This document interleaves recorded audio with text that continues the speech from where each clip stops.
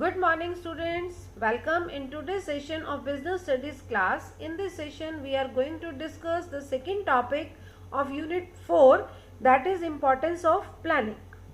Importance of planning includes provide directions, help in decision making, reduces the risks, standards for controlling, reduces worthless activities, promotes innovative ideas. Now we are going to discuss all the headings one by one. First one is planning provides direction. By stating in advance how the work is to be done, planning provides direction for action. If there was no planning, employees would be work in different directions and the organization would not be able to achieve its goals efficiently. Well students, जब भी हम एक organisation में काम कर रहे हैं तो उस ऑर्गेनाइजेशन के कुछ कॉमन गोल्स होते हैं, कॉमन ऑब्जेक्टिव्स होते हैं, जिन ऑब्जेक्टिव्स को अचीव करने के लिए नंबर ऑफ एम्प्लॉयज जो हैं वो एफर्ट्स कर रहे होते हैं. उन सभी एम्प्लॉयज के एफर्ट्स जो हैं वो वर्थलेस हो जाएंगे, एफिशिएंसी से और इफेक्टिवनेस से वो काम नहीं कर पाएंगे अगर हम उन एम्प्लॉयज को प्रॉपर डायरेक्शंस प्रोवाइड नहीं करेंगे तो. और वो डायरेक्शंस कहाँ प्रोवाइड की जाती हैं? प्लानिंग की हेल्प से ही वो डायरेक्शंस, वो गाइडलाइंस एम्प्लॉयज को प्रोवाइड की जाती हैं, जिससे हमारा जो कॉमन गोल है वो एफिशिएंसी के साथ, इफेक्टिवनेस के साथ हम अचीव कर सकते हैं. Finally we can say that कि अगर हम अपने ऑब्जेक्टिव को इफेक्टिवनेस और एफिशिएंसी के साथ अचीव करना चाहते हैं तो हमें अपनी प्रॉपर प्लानिंग के साथ प्रॉपर गाइडलाइंस अपने एम्प्लॉयज को प्रॉपर टाइम पर प्रोवाइड करनी होंगी ताकि हम अपने ऑब्जेक्टिव को, कॉमन गोल को एफिशिएंटली एंड इफेक्टिवनेस के साथ अचीव कर सकें. Next is planning reduces the risk of uncertainty. Planning is an activity which enables a manager to look ahead, anticipate change, consider the impact of change and develop appropriate responses. अब planning जो है एक ऐसा platform ready करता है managers के लिए कि मैनेजर्स जो हैं वो फ्यूचर के लिए प्लान करते हैं. Planning is forward looking. हम ऑलरेडी डिस्कस कर चुके हैं कहाँ, फीचर्स में, कि जब मैनेजर्स प्लान कर रहे हैं तो वो किसके लिए कर रहे हैं? फ्यूचर के लिए.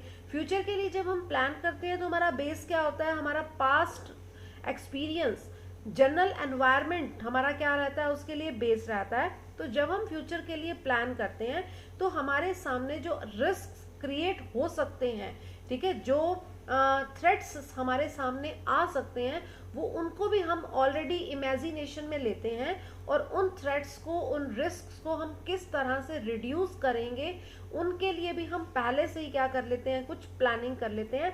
अगर हमारे सामने नंबर ऑफ थ्रेट्स खड़े हैं और वो एकदम से हमें नजर आते हैं तो हमें संभलने का टाइम भी नहीं मिलता है.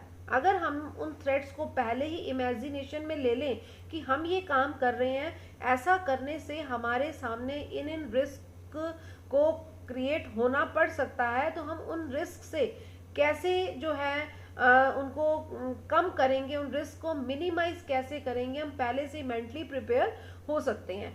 स्टूडेंट्स, हम क्लास 11 में भी ये बात पढ़ चुके हैं कि हम बिजनेस रिस्क को जो है वो बिल्कुल ख़त्म तो नहीं कर सकते, लेकिन हम उसको मिनिमाइज कर सकते हैं, कम करने के लिए एफर्ट्स कर सकते हैं. वो एफर्ट्स जो हैं वो वैल्यूएबल कब रहते हैं? जब वो पहले से ही प्लान्ड हो, हमें पहले से ही अंदाज़ा हो कि ये काम होने वाला है, ये काम हो सकता है. तो अगर ऐसा हो गया तो हम किस तरह से उस सिचुएशन को और उस सर्कमस्टांसेस को फेस करेंगे. तो वो सब कुछ फेस कब हो सकता है, अप्रोप्रिएट एक्शंस कब लिए जा सकते हैं? जब हमने क्या की हो? प्रॉपर प्लानिंग की हो. तो प्लानिंग जो है हमारे रिस्क को, हमारी अनसर्टेनिटीज को मिनिमाइज कर देता है, रिड्यूस कर देता है, लेकिन वो उनको स्टॉप नहीं कर सकता.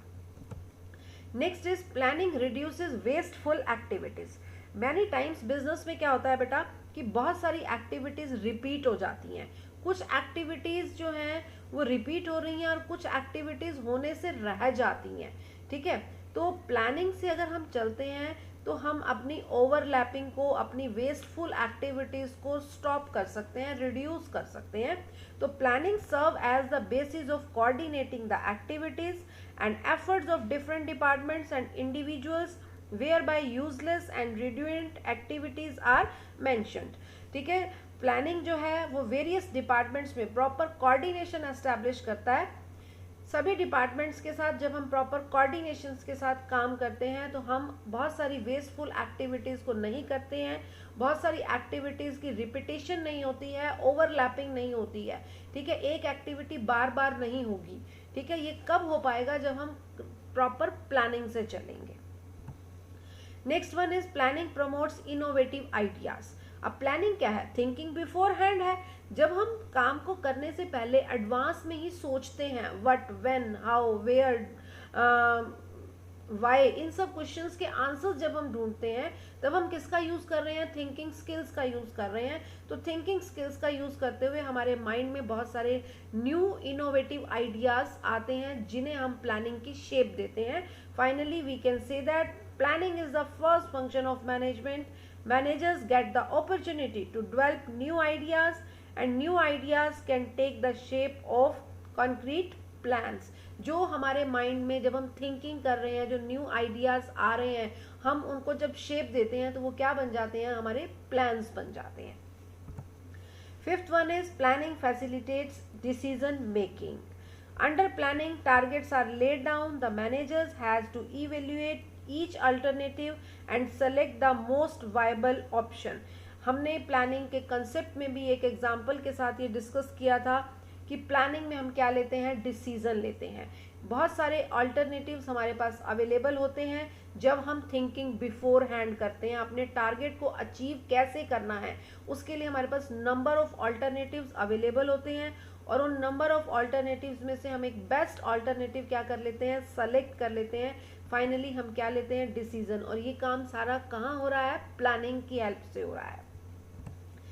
Next one is planning establishes standards for controlling, providing the standards against which the actual performance can be measured and the evaluated. Control is blind without planning, thus planning provides the basis for the control. अब बच्चे controlling क्या है? Functions of management जब हमने discuss किया था तब हमने बहुत अच्छे से वहाँ डिस्कस किया था कि कंट्रोलिंग क्या होता है। कंट्रोलिंग में जो हम टारगेट रखते हैं, जो स्टैंडर्ड्स हमने सेट किए हैं जिन्हें हमने अचीव करना है और एक्चुअल परफॉर्मेंस जो हमने अचीव की है, ठीक है, उन दोनों के बीच में कई बार डेविएशंस आ जाती हैं, डिफरेंसेस आ जाते हैं, ठीक है। तो उन डिफरेंसेस को रिमूव करने के लिए जो एक्शंस लिए जाते हैं उन एक्शंस को हम क्या कहते हैं? कंट्रोलिंग कहते हैं। यानी कि जो एक्चुअल परफॉर्मेंस आ रही है और जो टारगेट परफॉर्मेंस है उसमें अगर कोई डिफरेंस आ रहा है तो उस डिफरेंस को कैसे दूर किया जाए, उसे कैसे रिमूव किया जाए, उसके लिए जो हम स्टेप्स यूज कर रहे हैं वो सब क्या होते हैं बच्चे? कंट्रोलिंग होते हैं। और कंट्रोलिंग कब काम करता है? जब प्लानिंग होती है। प्लानिंग होगी तो ही टारगेट सेट होंगे, ऑब्जेक्टिव सेट होंगे। और अगर ऑब्जेक्टिव सेट ही नहीं हुए हैं, यानी कि हमने अपने टारगेट ही सेट नहीं किए हैं, तो हम अपनी एक्चुअल परफॉर्मेंस को किसके साथ मैच करेंगे?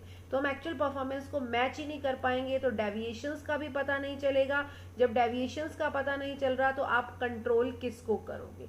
तो without planning controlling is blind. Controlling काम ही नहीं करेगा, कंट्रोलिंग फंक्शन यूज ही नहीं हो पाएगा अगर हमने प्रॉपर प्लानिंग नहीं किया है। तो finally we can say that planning provides the base for controlling. Thanks for watching this video and have a nice day.